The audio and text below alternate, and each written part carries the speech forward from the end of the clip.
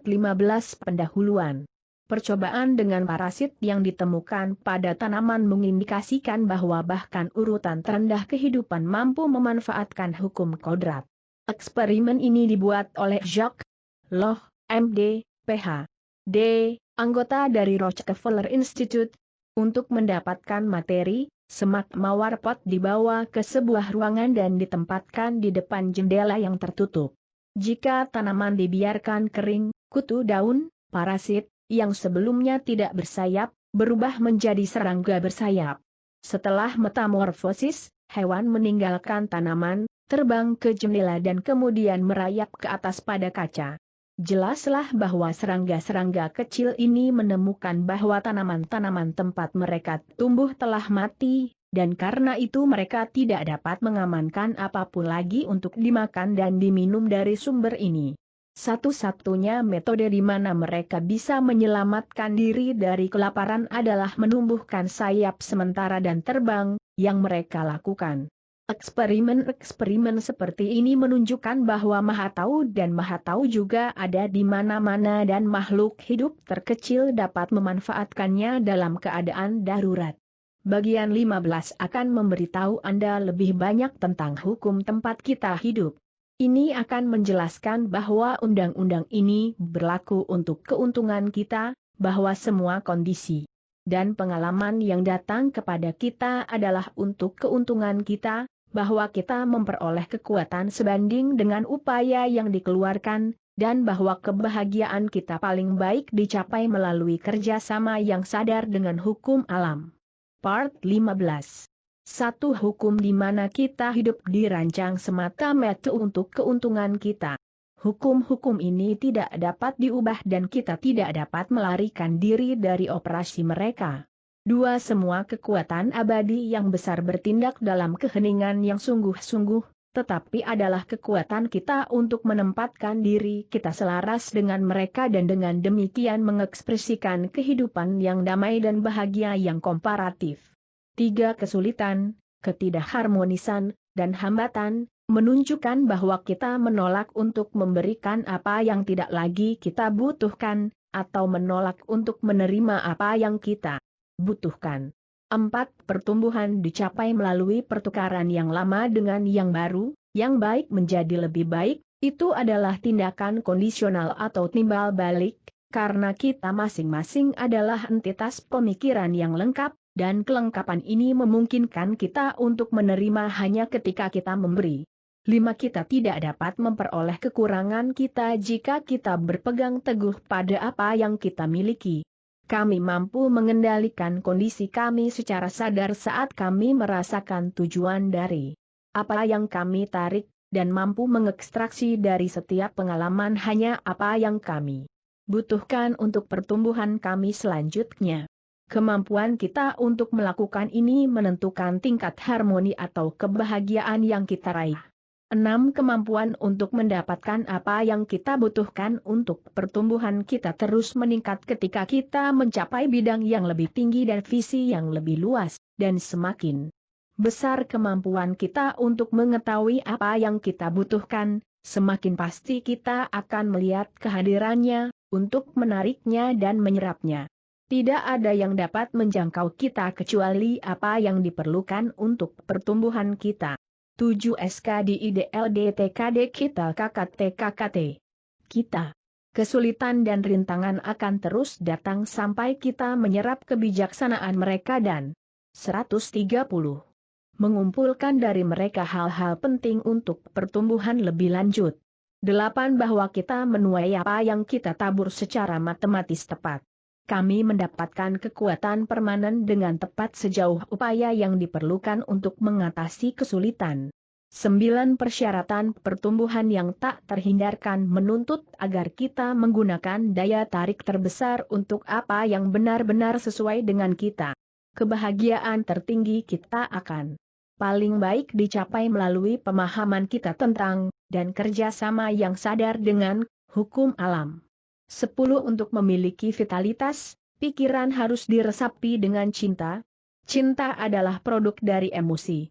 Karena itu sangat penting bahwa emosi dikendalikan dan dibimbing oleh akal dan akal 11 cinta yang menanamkan vitalitas untuk berpikir dan karenanya memungkinkannya untuk bertunas. Hukum ketertarikan, atau hukum cinta kasih, karena keduanya adalah satu dan sama akan memberikan kepadanya materi yang diperlukan untuk pertumbuhan dan kedewasaannya. 12 bentuk pertama yang akan ditemukan oleh pemikiran adalah bahasa, ini menentukan pentingnya kata-kata. Mereka adalah manifestasi pemikiran pertama, wadah di mana pemikiran dilakukan. Mereka memegang eter, dan dengan menggerakkannya mereproduksi pikiran itu kepada orang lain dalam bentuk suara.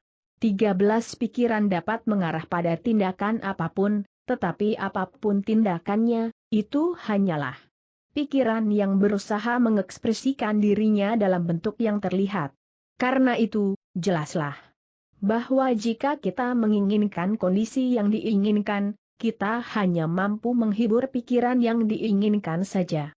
14 ini mengarah pada kesimpulan yang tak terhindarkan bahwa jika kita ingin mengekspresikan kelimpahan dalam hidup kita, kita mampu berpikir kelimpahan saja, dan karena kata-kata hanyalah pemikiran yang terbentuk, kita harus sangat berhati-hati untuk tidak menggunakan apapun selain bahasa yang konstruktif dan harmonis, yang ketika akhirnya mengkristal menjadi bentuk objektif, akan membuktikan keuntungan kami. 131. 15 Kita tidak dapat melepaskan diri dari gambar-gambar yang kita gambarkan secara terus-menerus di benak kita, dan foto-foto konsepsi yang keliru ini persis seperti yang dilakukan oleh penggunaan kata-kata. Ketika kita menggunakan segala bentuk bahasa yang tidak diidentifikasikan dengan kesejahteraan kita. 16 Kita memanifestasikan semakin banyak kehidupan ketika pikiran kita menjadi jelas dan mengambil bidang yang lebih tinggi. Ini diperoleh dengan fasilitas yang lebih besar karena kami menggunakan gambar kata yang didefinisikan dengan jelas, dan terbebas dari konsepsi yang menyertainya pada bidang pemikiran yang lebih rendah.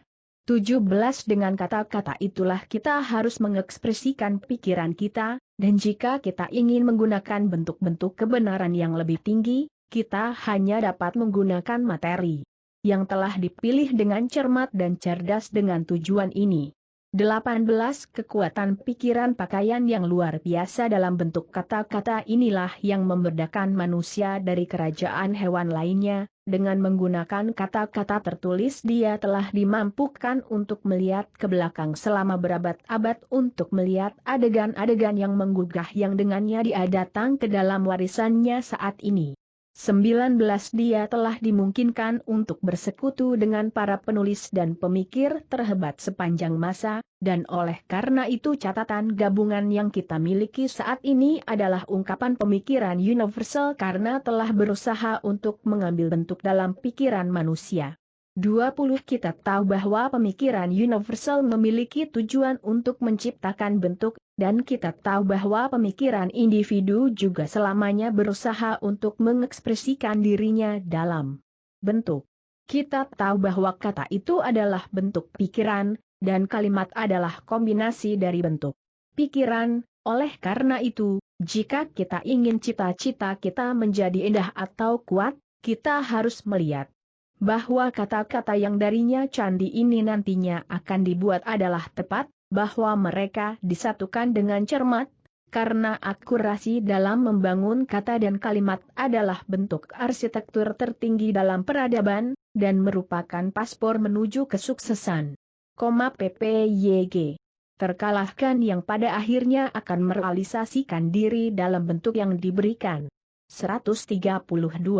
22 kata-kata bisa menjadi istana mental yang akan hidup selamanya, atau mereka bisa menjadi gubuk yang dibawa oleh angin pertama. Mereka mungkin menyenangkan mata dan juga telinga, mereka mungkin mengandung semua pengetahuan. Di dalamnya kita menemukan sejarah masa lalu serta harapan masa depan, mereka adalah rasul yang hidup dari mana setiap aktivitas manusia dan manusia super dilahirkan. 23 Keindahan kata terdiri dari keindahan pikiran, kekuatan kata terdiri dari kekuatan pikiran, dan kekuatan pikiran itu terdiri dari vitalitasnya. Bagaimana kita mengidentifikasi pemikiran? Penting? Apa ciri khasnya? Itu harus memiliki prinsip. Bagaimana kita mengidentifikasi asas? 24 Ada prinsip matematika, tetapi tidak ada kesalahan, ada prinsip kesehatan, tetapi tidak ada penyakit, ada prinsip kebenaran, tetapi tidak ada ketidakjujuran, ada prinsip terang, tapi tidak ada kegelapan, dan ada prinsip kelimpahan, tapi tidak ada kemiskinan. 25 Bagaimana kita tahu bahwa ini benar? Karena jika kita menerapkan prinsip matematika dengan benar, kita akan yakin dengan hasil kita. Di mana ada kesehatan, tidak akan ada penyakit. Jika kita mengetahui kebenaran, kita tidak bisa tertipu oleh kesalahan. Jika kita membiarkan terang, tidak ada kegelapan, dan di mana ada kelimpahan, tidak akan ada kemiskinan. 26 Ini adalah fakta yang terbukti dengan sendirinya, tetapi kebenaran yang sangat penting. Bahwa pemikiran yang mengandung prinsip sangat penting dan karena itu mengandung kehidupan. Dan akibatnya berakar, dan akhirnya tetapi pasti dan tentu saja menggeser pikiran negatif, yang pada dasarnya tidak mengandung vitalitas, adalah salah satu yang tampaknya telah diabaikan. 27 Tetapi ini adalah fakta yang akan memungkinkan Anda untuk menghancurkan segala macam perselisihan, kekurangan dan keterbatasan. 28.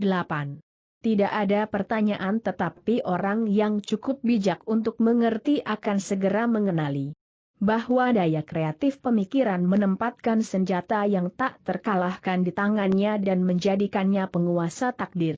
133. 29 Dalam dunia fisik ada hukum kompensasi yang menyatakan bahwa penampilan jumlah energi tertentu dimanapun berarti hilangnya jumlah yang sama di tempat lain, dan kami menemukan bahwa kami hanya bisa mendapatkan apa yang kami berikan. Jika kita berjanji pada diri kita sendiri untuk tindakan tertentu, kita harus siap untuk memikul tanggung jawab untuk pengembangan tindakan itu. Alam bawah sadar tidak bisa bernalar. Itu membawa kita pada kata-kata kita, kami telah meminta sesuatu, kita sekarang menerimanya, kita telah membuat tempat tidur kita sekarang berbaring di dalamnya, mati telah dilemparkan, benang akan menjalankan pola yang telah kita buat.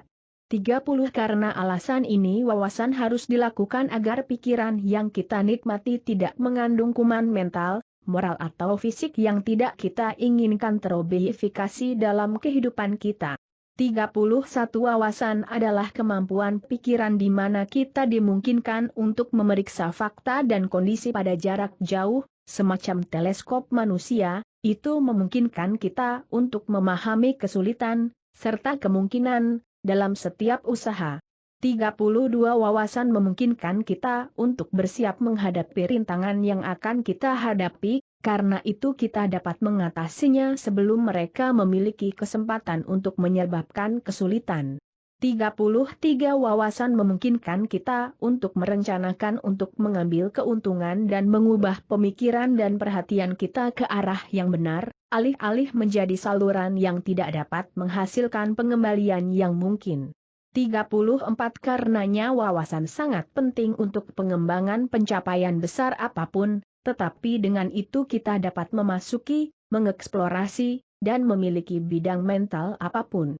35 Wawasan adalah produk dunia di dalam, dan dikembangkan dalam keheningan, melalui konsentrasi.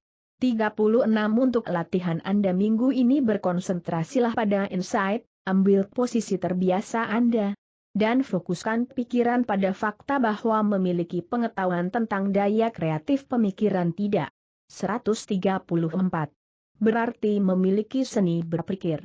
Biarkan pikiran itu berkutat pada fakta bahwa pengetahuan tidak berlaku dengan sendirinya, dan bahwa tindakan kita tidak diatur oleh pengetahuan, tetapi oleh kebiasaan, preseden, dan kebiasaan, bahwa satu-satunya cara agar kita dapat menerapkan pengetahuan adalah dengan upaya sadar yang ditentukan.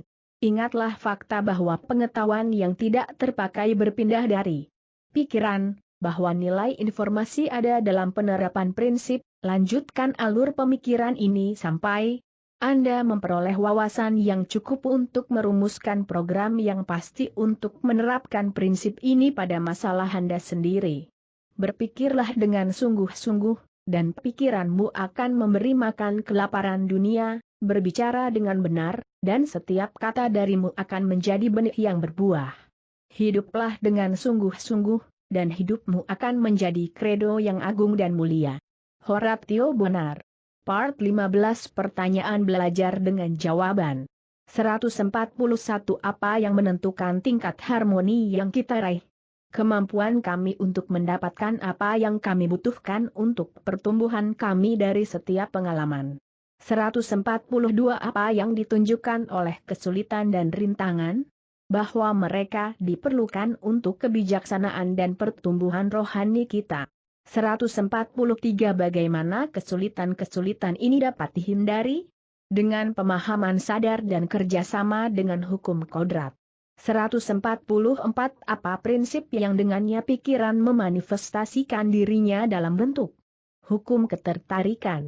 145 Bagaimana bahan yang diperlukan dijamin dengan mana pertumbuhan, pengembangan dan kematangan ide terbentuk?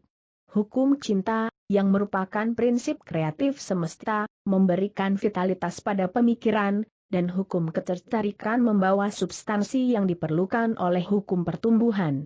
146 Bagaimana kondisi yang diinginkan dijamin? Dengan menghibur pikiran yang diinginkan saja. 147 Bagaimana kondisi yang tidak diinginkan terjadi? Dengan berpikir, mendiskusikan dan memvisualisasikan kondisi kekurangan, keterbatasan, penyakit, ketidakharmonisan, dan perselisihan dari segala jenis. Fotografi mental konsepsi yang keliru ini diambil oleh alam bawah sadar dan hukum ketertarikan akan secara tak terelakkan mengkristalkannya menjadi bentuk objektif. Bahwa kita menuai apa yang kita tabur adalah tepat secara ilmiah. 148 Bagaimana kita bisa mengatasi segala jenis ketakutan, kekurangan, keterbatasan, kemiskinan dan perselisihan? Dengan mengganti prinsip kesalahan.